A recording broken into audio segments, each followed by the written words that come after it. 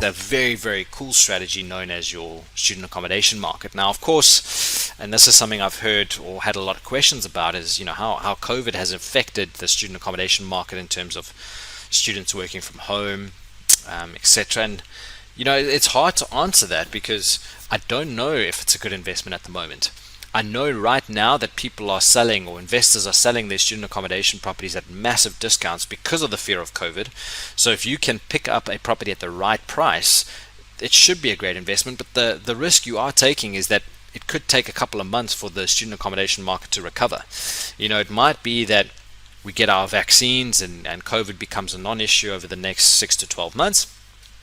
But it might take another 2 years before students really feel the need or are required to go back to university. We are moving to a more online world. So I don't know, you've got to find the balance, and you've got to see what risk and reward you're looking for and what you can stomach. So this example is in Stellenbosch, Western Cape. I've tried to analyze deals in all different types of locations and provinces to try and give you a flavor of what's possible. Let's have a look at this deal. I think it's a great opportunity. It's a 13-bedroom house. Let's have a look here. Also under offer, but that's fine. So it's a 13-bedroom house for sale in Idas Valley. I don't know how to say that. Let's just call it Stellenbosch.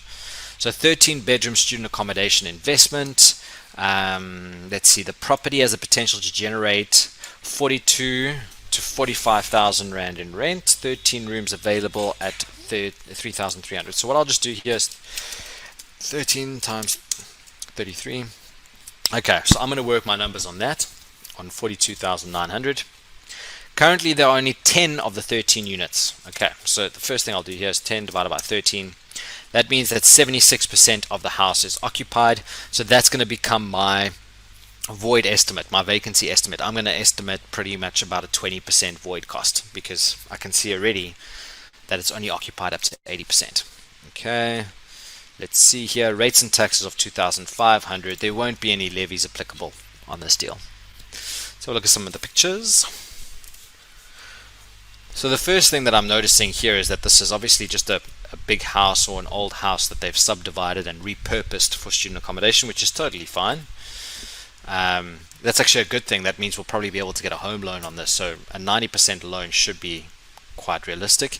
What I'm also looking for here is the electricals. You can see that these look like relatively new and quite modern plug points.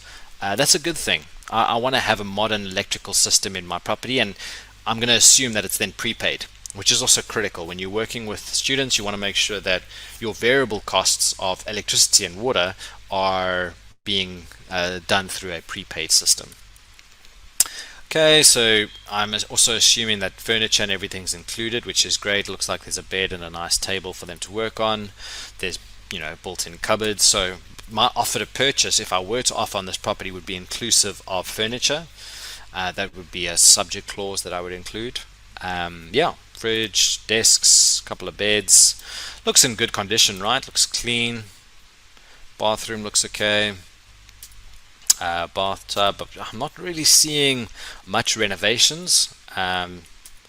Maybe a clean and a repaint and just making sure that everything is working. So I'd probably just drive past this property, go view it, make sure that everything's in order, but I'm not seeing massive renovations, which is good.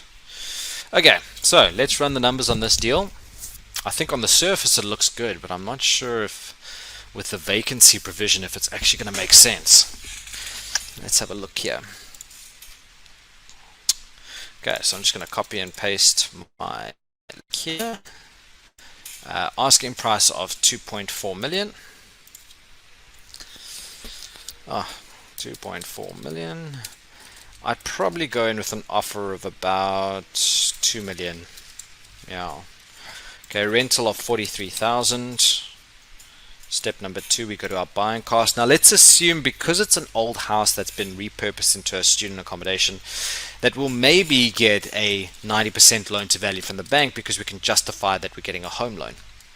So we'll say it's a 2 million Rand purchase.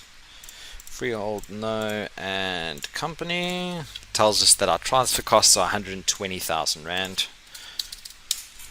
Okay, refurbs, I'm going to put about a 30,000 Rand budget, just for odds and ends. Maybe there's a bit of furniture that needs to be bought, or some finishings, or a bit of paint, or, whatever it may be. It looks good, but just as an in case.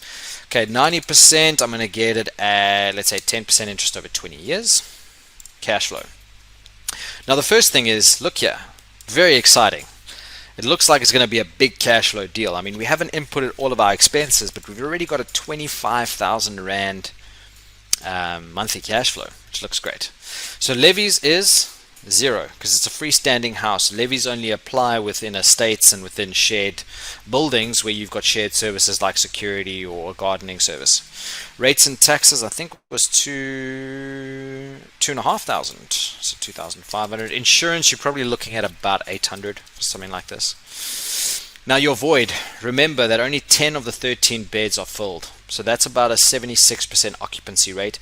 And also, students don't always rent for the full year. They sometimes rent for 11 months, sometimes even 10 months. So when you're looking at student accommodation, you want to budget usually a vacancy period of about sort of 12 to 20%, because that kind of protects you from students that only stay for 11 months or 10 months. So I'm going to go with, let's go with 16%. You know what, I'm going to go actually 18%. Management 10%, and maintenance 10%. Now maintenance is important to go for 10% because students tend to not look after the property as much as a family would. So yeah, we're looking at about 5,000 Rand cash flow. Now, what I saw on the pictures is it looked like there was prepaid electricity and prepaid water. That's my assumption. I obviously have to clarify that with the estate agents. If water and electricity is not on the bill of the tenants but on my bill as the landlord, then I would put that in here. I would put in the other tab, I'd put water and electricity amounts. Okay. So cash flow of 5,000 Rand has dropped a lot, and that's mainly because of your void percentage, your void estimate. Okay, so your return on investment is 18%. Sure, which is not bad. How much capital do you need? Okay, you need 350 in terms of cash. That's because it's a low, that's because we've got a high loan to value. If I now go down and I say we're only going to get a 70% loan to value, sure, then the return on investment drops to about 15%. So that's still pretty good. Okay, I'm going to go back to 90%. Now, let's say after I speak to the estate agent and I ask them about the water and electricity, and the estate agent says, you know what, electricity is prepaid, but water is an additional cost. What I'd have to do is I'd have to go here to my other tab and I'd have to include a provision for water. So I'm going to say 150 per student per month.